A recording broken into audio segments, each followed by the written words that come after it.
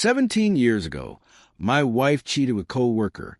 A few months back, my daughter cut me with a single sentence. He's not even my real dad. That moment changed my entire life. Hey, Reddit, I'm Plus. I'm 46 now. And though this happened recently, the roots of the story go back nearly 2 decades, back when I thought life was perfect. At 29, I married Leah. We met at a small publishing firm in Chicago. Me in marketing, her in HR. She had this sharp wit, a spark that made every day feel alive. I fell for her fast, and within a year we tied the knot. A few months later, she told me we were expecting. I was over the moon. I can still remember spinning her around our living room, promising I'd be the best dad ever. We named our daughter Kayla. She became my world. I showed up for every birthday, every school play, every skin knee. Fatherhood wasn't just a role. It was my identity. What I didn't know was that same year, Leah had a fling with a guy from accounting, a man named Darren. She kept it buried. No one knew. Life moved forward, or so I believed. Like most marriages, we hit bumps. Arguments over finances, her long hours, my work pressure. We even separated briefly when Kayla was 10.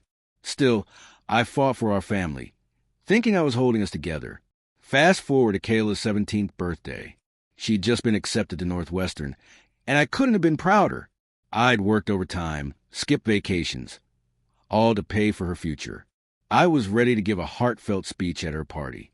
But fate had other plans.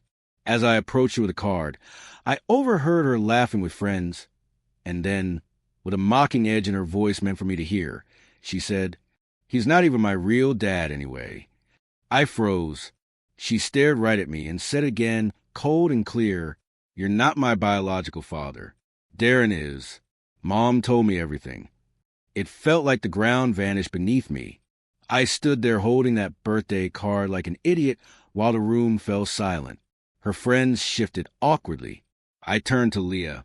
She looked pale, guilt written all over her face, but said nothing.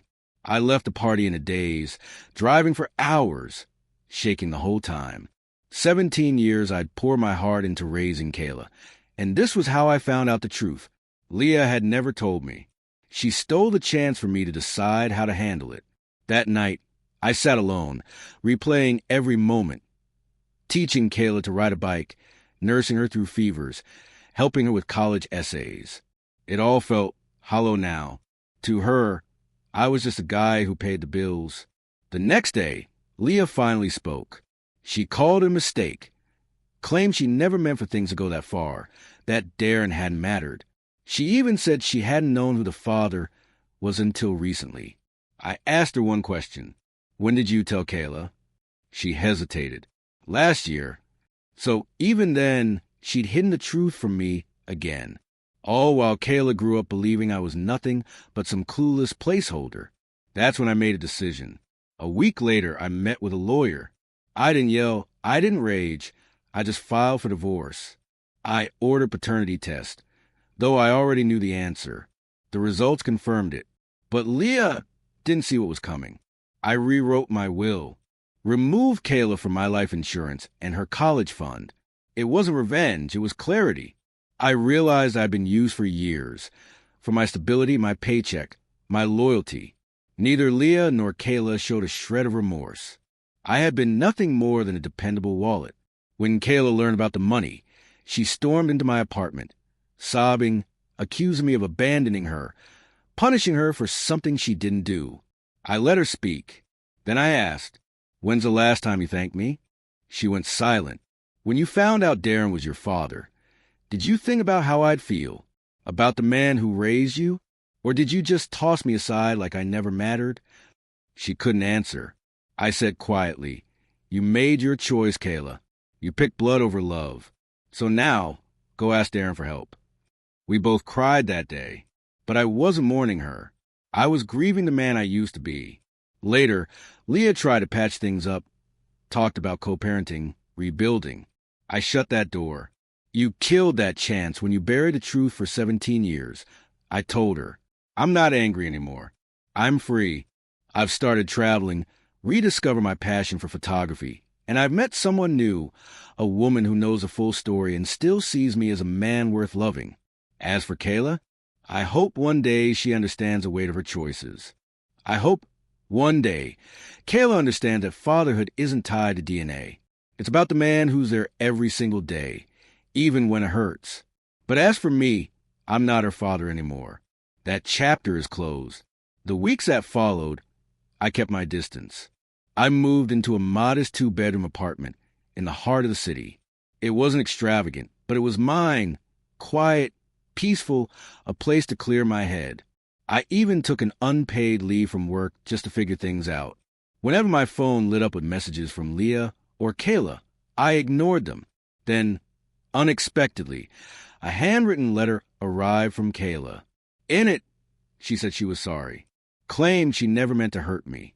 She wrote that Leah had dropped the truth about Darren on her during a heated argument, painting me as the kind of man who'd never understand or forgive. Her words hit me harder than I expected. I was scared you'd hate me if I wasn't really yours, she wrote. So I tried to push you away first. I wish I hadn't. I wanted to believe her. God, I wanted to believe her. For a moment, I wondered if there was a chance to mend what was broken. But that illusion didn't last. A few days later, a registered letter arrived, this time a legal notice, a subpoena. Leah was taking me to court, not for child support. That ship had sailed. She was suing for spousal support, arguing that I'd been the main provider during our marriage and that she'd sacrifice her career for our family. I laughed when I read it, then I cried. She had lied, cheated, let me raise a child who wasn't mine, kept the truth buried for nearly 2 decades. And now she had the nerve to demand money? I met with my attorney and told him plainly, let her come after me. I want this heard in open court. I want every dirty detail on the record. The trial wasn't long, but it was emotionally brutal. We submitted the paternity results, presented every timeline and fact.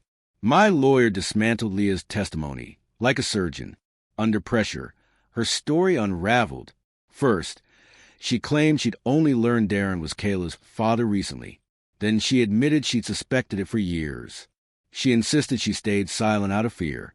But then we produced the emails. Yes, actual emails. During discovery, my lawyer subpoenaed Leah's old company archives, including her personal correspondences. Turns out, Leah had been in sporadic contact with Darren over the years.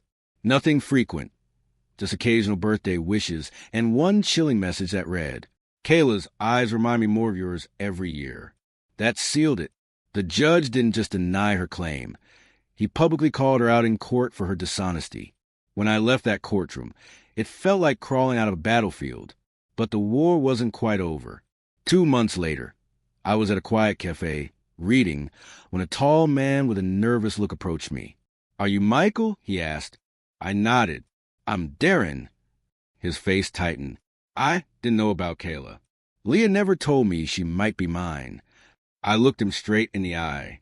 So, why are you here? He swallowed hard. She showed up at my office last week. With Kayla. Said it was time I stepped up and took responsibility. That I owed it to her. I nearly choked on my coffee. She's pushing her on to you now? I asked. He nodded. I told her I'd think about it. But honestly, I don't want to be a father to someone I've never met. And I don't even know if I believe her. I just thought you should know. I shook his hand, thanked him, and left. But inside, something snapped again, not out of pain, but because I realized Leah was spinning the same web of lies with a new target. The story was shifting, but the manipulation remained the same. A few weeks later, Kayla messaged me. He doesn't want anything to do with me. I thought he'd care. I didn't respond right away. When I finally did, I wrote, Now you understand. I cared when I had no obligation. I showed up long before I knew the truth. And when it mattered most, you threw it back in my face. Being a father isn't about blood. It's about love. You chose DNA over devotion. That was your decision. She hasn't replied since. It's been 8 months. Leah lost her job after everything came to light. Word traveled fast. Darren cut her off completely after she tried threatening him with a paternity suit. Kayla deferred her college plans. Last I heard, She was crashing at a friend's place. And me? I spent 2 months in Italy. Learned how to cook real pasta. Started writing again. I even met someone. Her name's Elaine.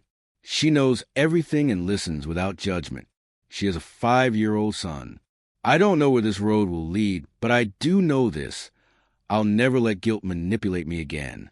Because the day Kayla sneered, "He's not even my real dad," was the day I realized love is a gift, and I will never again give it to those who don't value it.